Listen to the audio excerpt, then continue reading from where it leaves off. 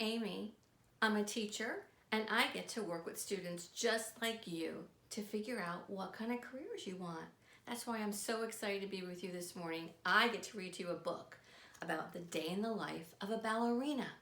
The ballerina gets ready.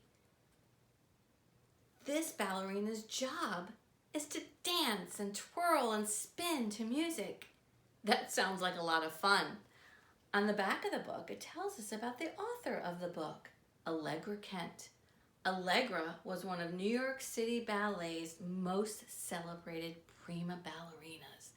That means she was fantastic, one of the best ballerinas.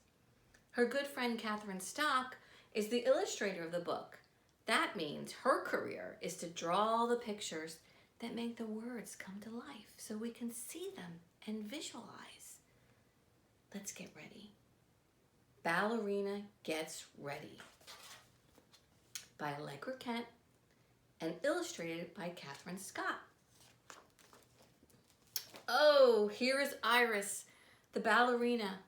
Iris wakes up and stretches. Can you see her stretching? It's 8 o'clock in the morning. And at 8 tonight, she will be dancing in one of her favorite ballets. It's 8 o'clock. Do you get up at 8 o'clock? I get up before 8 o'clock.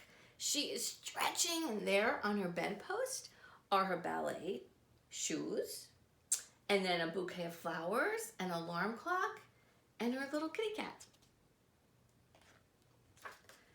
It's now 8:30, and after a quick hot shower, Iris gets ready and has tea, eggs, scrambled today, and toast with a bit of butter. That sounds like a yummy breakfast. And there she is cleaning up her dishes, and she's going to put them away, and her kitty cat is right underneath her. At 9 o'clock, Iris packs her practice bag. Included in the bag is her point ballerina shoes, water, snacks, phone, a good book, and a sandwich.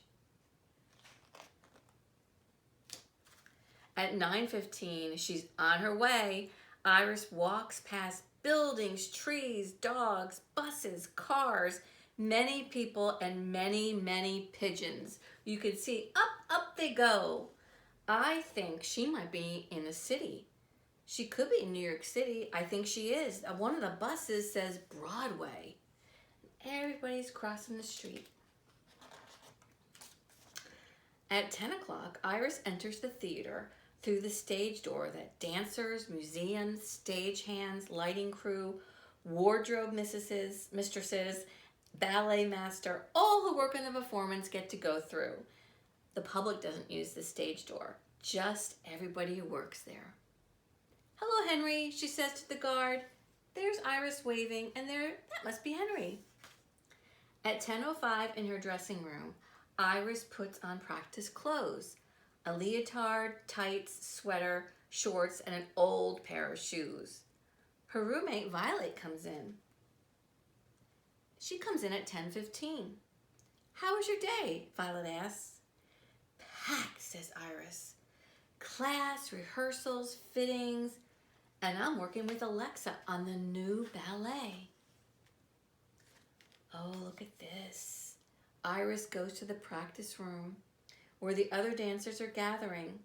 The ballet master arrives to give the company class. They start with the bar, and here they are on the bar. Stretching, getting relaxed, and getting ready. "Point those toes," the ballet master says.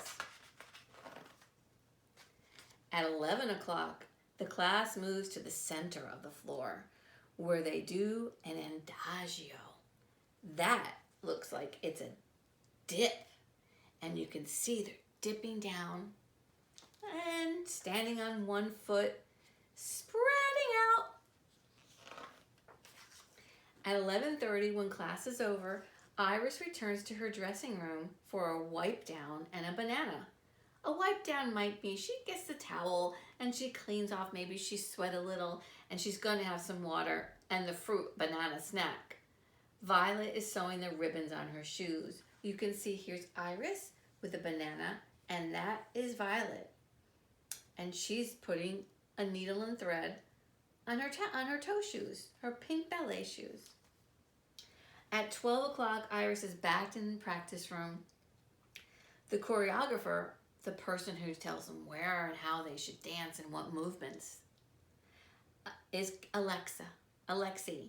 Alexi is making a new ballet, and Iris and her partner Michael are going to be in it. How exciting! A whole new ballet! Let's start for the first pose, Alexi says. No, this is not working. This is not working. They're all twisted up. At 12:01, Alexi says, this is good, really good. They've been practicing, and you could see Michael is dipping Iris, and she's down and dipping. Oh, how graceful, just like a swan. At 1:30, rehearsal ends. Excellent, excellent. Thank you, Iris. Thank you, Michael. And he's applauding, he's clapping. He's very happy. Now, Iris has some free time. So at 2 o'clock, she is back home, where she waters her plants, cuddles with her cat, and rests with a book. I wonder what she's reading. I wonder what ballerinas read. She looks like she's dozing off, and her kitty cat rests on top of her, and her book is down, and she's dreaming of twirling and dancing with Michael. And it's 2:30. She's had a quick nap. Oh my, Iris says, it's 3 o'clock already. So she gets her stuff together and she runs out the door. And at 3:30, Iris is back at the theater. In the costume shop, she tries on a long tutu for the ballet. And the tutu is the skirt that fluffs around. That's what a tutu is called. A little tighter here, she says. A little longer there would be good too, the designer says. The designer is the one who designs and builds the costumes.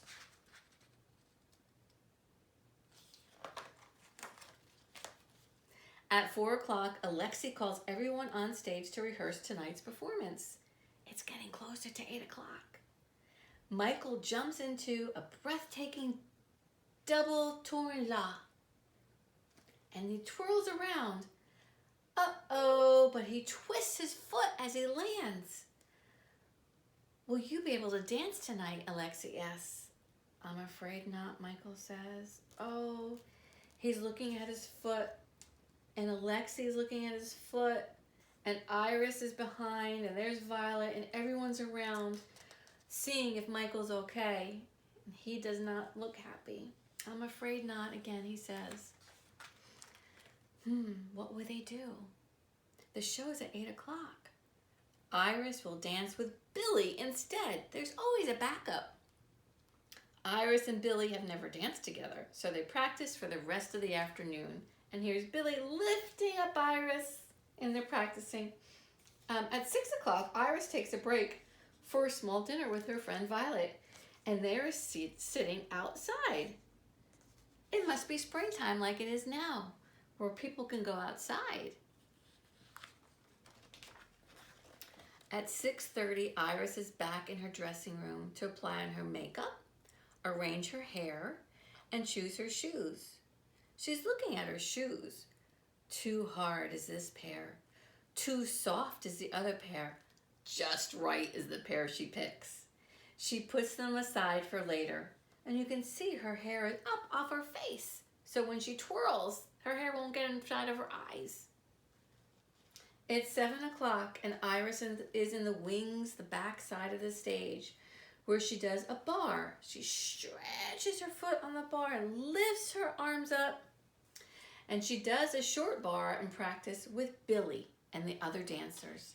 They're stretching. Oh, look at this. Look, at 7:20, Iris is back in her dressing room, where she puts on her tights and her point shoes. The dresser comes in to fasten Iris's costume. Look at that. How beautiful is that? Half hour to curtain time, just 30 minutes before 8 o'clock. The stage manager announces over the loudspeaker, It's time for the dancers to make their way backstage. So now they come backstage and Iris puts the tips of her pointy shoes into the rosin box. A rosin box is a little box with some rosin or powder, like baking powder, to put on the tip of the shoes so they won't slip. Because everyone is twirling around on the dance floor, it can get slippery. So they have to use some rosin and put it on their shoes. Iris checks her ribbons, not too tight, not too loose, and tucks in the ends of the ribbons into the ballet shoe. Here they are all stretching. The girl ballerinas, the boy ballerinas, they're stretching their legs so they can loosen their muscles before they dance. On stage, dancers jog and stretch and chat. You can hear the excitement. They're getting ready. And they're probably getting a little nervous too. I would be nervous. 10 minutes to curtain and the stage manager calls. Look at that. The orchestra. Everybody who plays an instrument. There's a cello, there's a harp, there's a violin over here, there's a flute. All types of instruments to make the beautiful music to go with the ballet. On the other side of the curtain, the musicians are warming up. Iris stands with her back straight, her shoulders down, her neck stretched, and her head high. She thinks about dancing as well as she can, for the audience, for the choreographer, for herself, and Billy smiles at her, and she smiles back. She's smiling, and there's Billy smiling. They're practiced, they're ready to go. Oh, it's 8 o'clock. The lights go down, the room gets darker, and a hush settles over the house. And the house is the theater. The audience applauds when the conductor reaches the podium. There's the conductor. He's in charge of all the musicians. Music fills the theater and the curtain rises. And the magic begins. There is Iris and there is Billy. And there are all the other ballerinas around them. But since Iris is the prima ballerina, she is in the center with Billy. And that is the end. The day in the life of a ballerina. From start to finish. From 8 in the morning when she got up till 8 at night when the curtain got up and she got to dance and twirl around on the stage to music. This was fun. I wonder what else a ballerina does. Thanks for joining me. We'll see you next time.